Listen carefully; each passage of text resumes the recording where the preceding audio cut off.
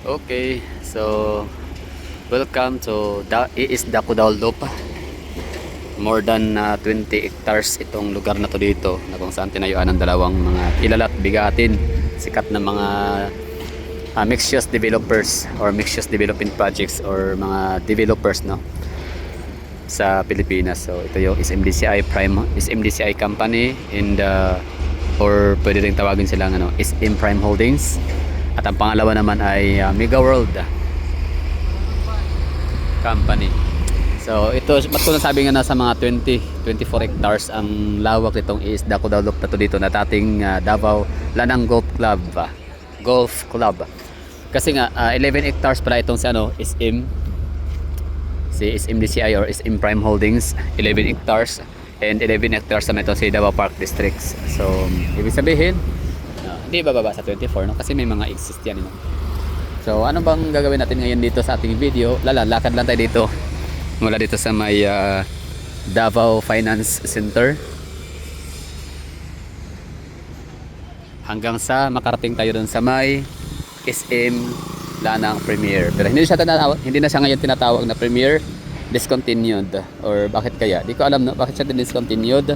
Although meron akong mga nabasa dati na like 2023 ko na vlog or 2024 na nagsasabi or sinasabi sa comment section na darating yung time na hindi na siya tatawaging Premier kasi i-dethrone na siya ng SM Ecoland or SM City Davao.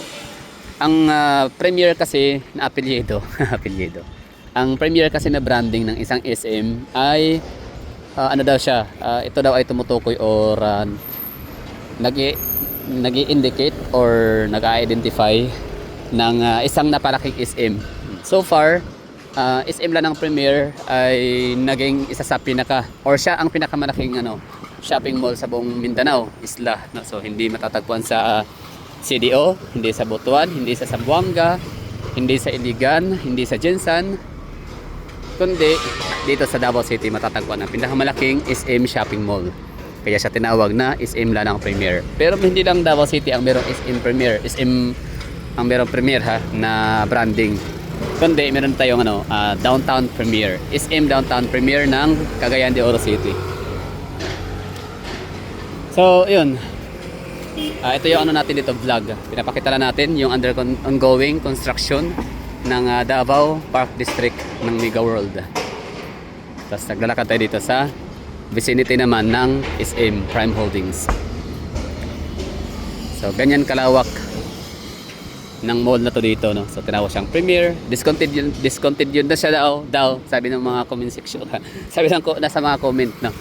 So hindi na siya ngayon Premier kasi nga from the word Premier pinakamalaki. Pero dahil nga sa hindi na siya ang pinakamalaking SM dito sa Davao City, kaya hindi na siya tinawag na Premier kundi siya na ay SM Lanang na lamang ang kanyang pangalan.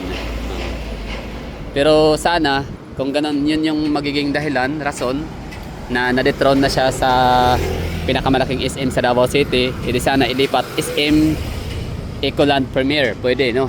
Or SM City Davao Premier. Ano sa tingin niyo? So bakit siya discontinued? So itong LPDH siya, hindi ko alam, Lanang Premier Doctors Hospital Incorporated, na hindi ako sigurado kung siya ba ay pagmamayari ng SMDCI Prime Holdings or SM. Okay, comment dyan tanong ko yan kanina sa isang video. Santras, so far pinakamaliit na proyekto ng Mega World, 11 hectares lamang.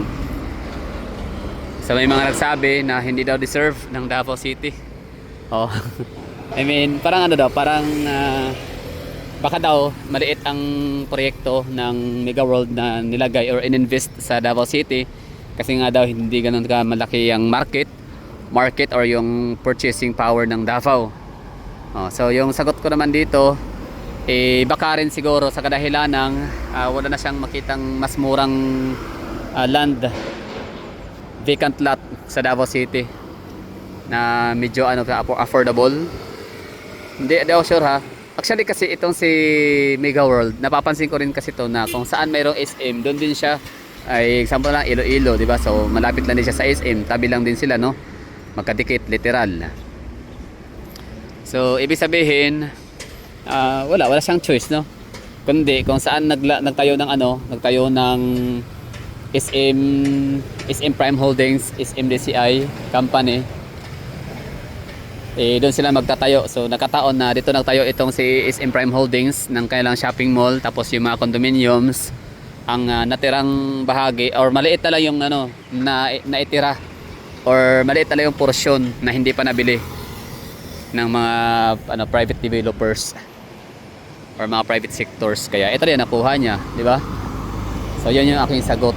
Kung yan naman haka-hakat opinion lamang, no, na parang speculation, ganun, assumption. So hindi talaga siya kumpirmado. Kasi di ba yung pattern, no, kung saan mayroong SM Prime Holdings, doon sila nagtatayo. O baka nagkataon lang sa Iloilo at Davao City, coincidence lang. Ano sa tingin niyo?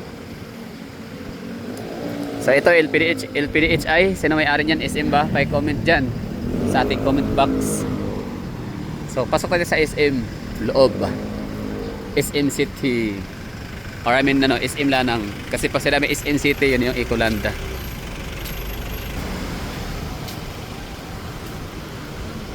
Itong si Park Inn by Radisson, yan talaga ay pagmamayari ng SM. Kasi kung saan din may mga SM, dyan din lagi si Park Radisson nakadikit, no? For example, Radisson Blue sa may SM City Cebu, sa may Barangay Mapolo Cebu. O andun sila, no, nakatayo or nakadikit lagi sa SM Mall, ang Park Inn Radisson.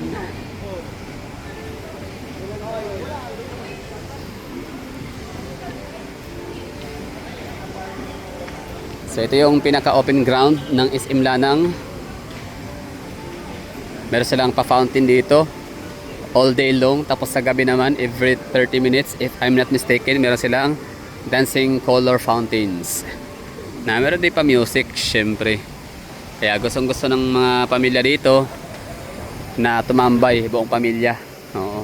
So pag sinabing pamilya, I mean mama, papa, lolo, lola at mga maliliit na mga supling, gusto na tumambay dito dahil nga sa maganda ang kulay sa gabi, tapos may mga patugtog pa music. Tapos ginagamit din to para sa mga yung parang market fiesta, market fiesta, mga ganyan, no? Pag may mga event, araw ng Davao, Kadayawan Festival, and Pasko. Ito yung hitsura ng SM Prime Holdings Company and Davao Park District Mega World, Park Inn by Radisson.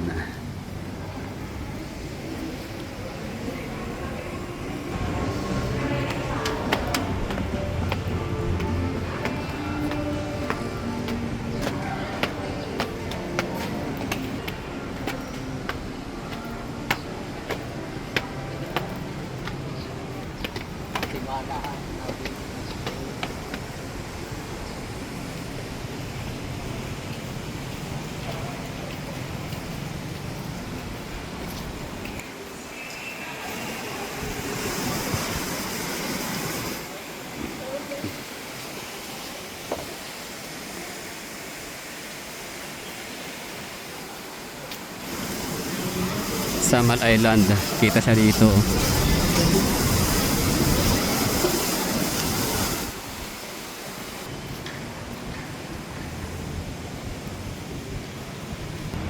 So yun na ha, yung ating vlog Davao City, I mean is Crocodile Loop, 24 hectares, kung saan situated ang SM Prime Holdings Company and Mega World Philippines.